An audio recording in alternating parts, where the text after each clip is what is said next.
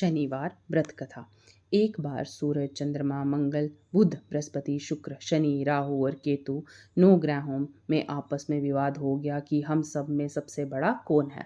सब अपने आप को बड़ा कहते थे। जब आपस में कोई निश्चय में ना हो सका तो सब आपस में झगड़ते हुए इंद्रदेव के पास गए और कहने लगे, आप सब देवताओं के राजा हैं, इसलिए आप हमारा न्याय करके बतलाइए कि हम 9 ग्रहों में सबसे बड़ा कौन है।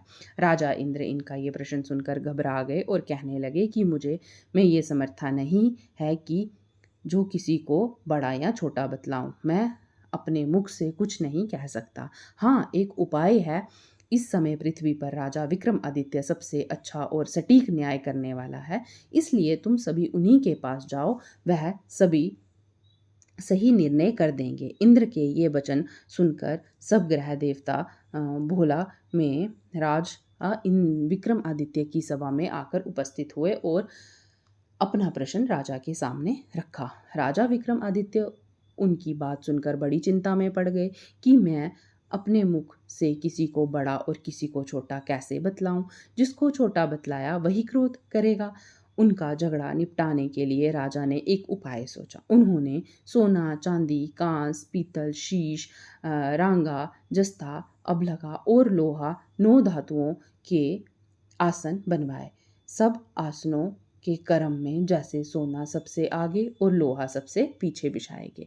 इसके पश्चात राजा ने सब ग्रहों से कहा कि आप सब अपने अपने आसनों पर बैठे। जिसके आसन सबसे आगे वो सबसे बड़ा, जिसका आसन सबसे पीछे वह सबसे छोटा जानिए। क्योंकि लोहा सबसे पीछे था, वह शनिदेव का आसन था, इसलिए शनिदेव ने समझ लिया कि राजा ने मुझको सबसे छोटा बतलाया। इस पर शनिदेव को बहुत क्रोध आया और कहा, हे राजा, तू मेरे पराक्रम को नहीं जानता। सूर्य एक राशि पर 1 महीना, चंद्रमा 2.25 महीना, मंगल 1.5 महीना, बृहस्पति 13 महीना, बुध और शुक्र 1 महीना, राहु और केतु दोनों उल्टे चलते हुए केवल 28 महीने एक राशि पर रहते हैं।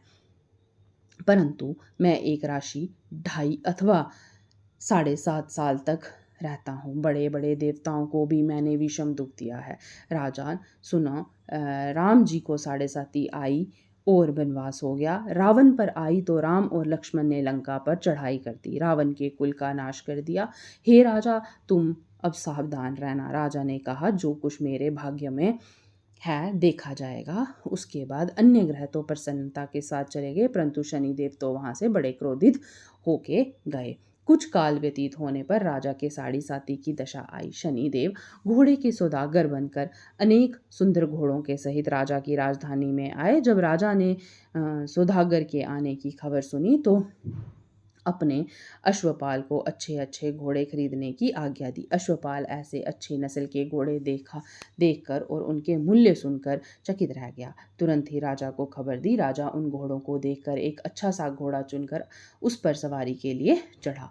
राजा के घोड़े की पीठ पर चढ़ते ही थोड़ा जोर से भागा। घोड़ा बहुत दूर एक बड़े जंगल में जाकर और राजा को छोड़कर अदृश्य हो गया। इसके बाद राजा अकेला जंगल में भटकता फिरता रहा। बहुत देर के पश्चात राजा ने भूख और प्यास से दुखी होकर भटकते भटकते एक ग्वाले को देखा। ग्वाले ने राजा को प्यास से व्याकुल देखकर पानी पिलाया। राजा की उंगली में एक अंगूठी दी, वह उसने निकाल कर प्रसन्नता के साथ ग्वालों को दे दी और शहर की ओर चल दिया। राजा शहर में पहुंचकर एक सेठ की दुकान पर जा बैठा। राजा ने अपने आपको उज्जैन का रहने वाला बताया तथा अपना नाम विका बतलाया।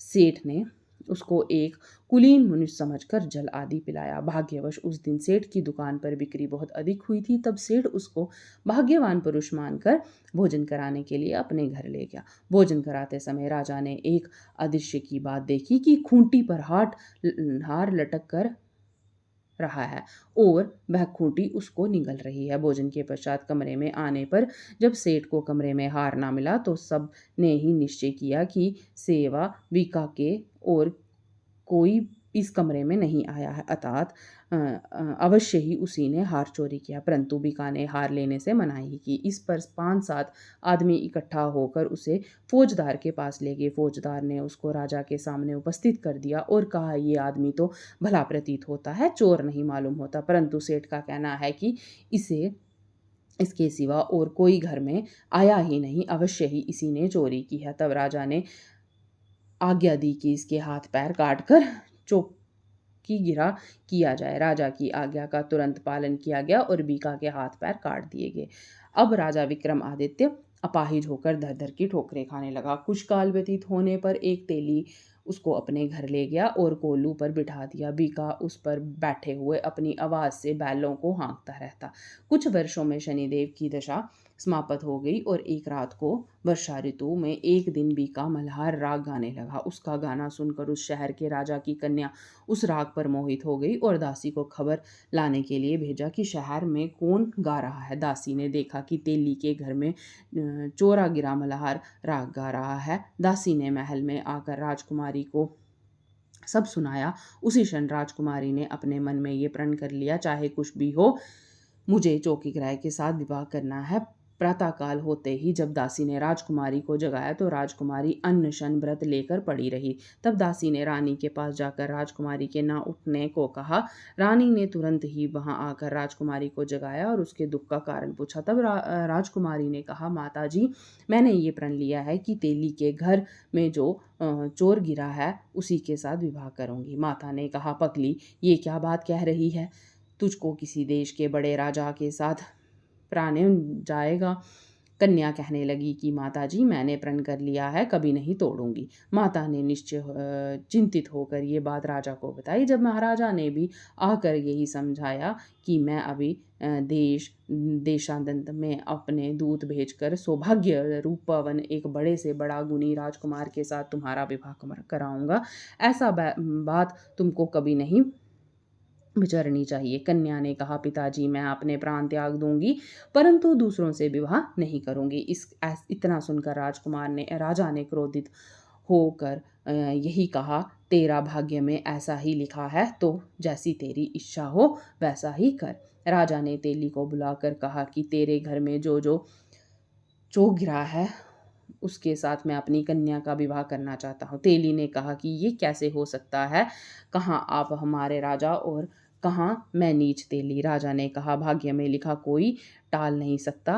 अपने घर जाकर विवाह चौक गिरा विक्रमादित्य के साथ कर दिया। रात्रि में जब विक्रमादित्य और राजकुमारी महल में सोए हुए थे तब आधी रात के समय शनिदेव और विक्रमादित्य को सपना दिखाया कि राजा से कहो, मुझको छोटा बताकर तुमने कितना दुख उठाया। राजा ने क्षमा मांगी। शनिदेव ने प्रसन्न होकर विक्रमादित्य के हाथ पैर वापिस दे दिए। तब राजा ने कहा, महाराजा, मेरी एक प्रार्थना स्वीकार करो। जैसा दुख आपने मुझे दिया है ऐसा और किसी को ना देना। शनिदेव ने कहा, तुम्हारी ये प्रार्थना स्वीकार हो। जो मनुष्य मेरी कथा सुनेगा या करेगा उसको मेरी दशा में कभी इसी प्रकार का दुख नहीं होगा और जो नित्य यही मेरा ध्यान करेगा या चींटियों को आटा डालेगा उसकी सब मनोकामना पूर्ण होंगी। इतना कहकर शनिदेव अपने धाम को चल दिए। जब कुमारी की आंखें खुली और उसने राजा के हाथ पांव देखे तो आश्चर्यचकित रह गई। राजा ने अपनी पत्नी से अपना समस्त हाल कहा कि मैं उज्जैन का राजा विक्रमादित्य हूँ। ये बात सुनकर राजकुमारी अत्यंत प्रसन्न हुई। प्रातःकाल राजकुमारी से अपनी सखियों ने पूछा तो उसने अपने पति का समस्त वर्णन करते हुए सब सुनाया। तब सब ने प्रसन्नता प्रकट की और कहा कि ईश्वर ने हमारी मनोकामना पूरी कर दी। जब उस सेठ को ये बात सुनी तो वह सेठ विक्रमादित्य के पास आया और उसके पैरों में गिरकर क्षमा मांगने लगा कि आप पर मेरे घर में मैंने चोरी का झूठा दोष लगाया था, अतः आप मुझको जो चाहे दंड दे। राजा ने कहा, मुझ पर शनिदेव का कोप था, इस कारण ये सब दुख मुझको प्राप्त हुए हैं, इसलिए तुम्हारा कोई दोष नहीं है। तुम अपने घर चलाकर प्रतिपूर्वक भोजन करो। राजा ने कहा, जैसे आपकी मर्जी हो वैसा ही करेंगे। सेठ ने अपने घर जाकर अनेक प्रकार के सुंदर भोजन बनवाए और राजा विक्रमादित्य को प्रतिभोज दिया। जिस समय राजा भोजन कर रहे थे एक अत्यंत आश्चर्य की बात सबको दिखाई दी। जो खूंटी पहले हार निगल गई थी अब हार उगल रही है। जब भोजन समाप्त हुआ तो सेठ ने हाथ जोड़कर बहुत सी मोहरें राजा को भेंट दी और कहा, मेरे श्री कंवरी नामक एक कन्या है, उसका प्राण ग्रहण आप करें। इसके बाद सेठ ने अपनी कन्या का विवाह राजकुमार विक्रमादित्य के साथ कर दिया और बहुत सा दान दहेज आदि दिया।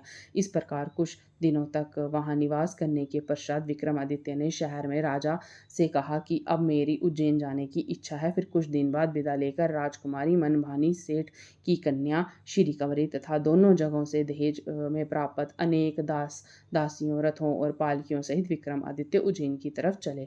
जब शहर के निकट पहुंचे और पूर्ववासियों ने राजा के आने का संवाद सुनाया तो समस्त उज्जैन की प्रजा अगवानी के लिए आई।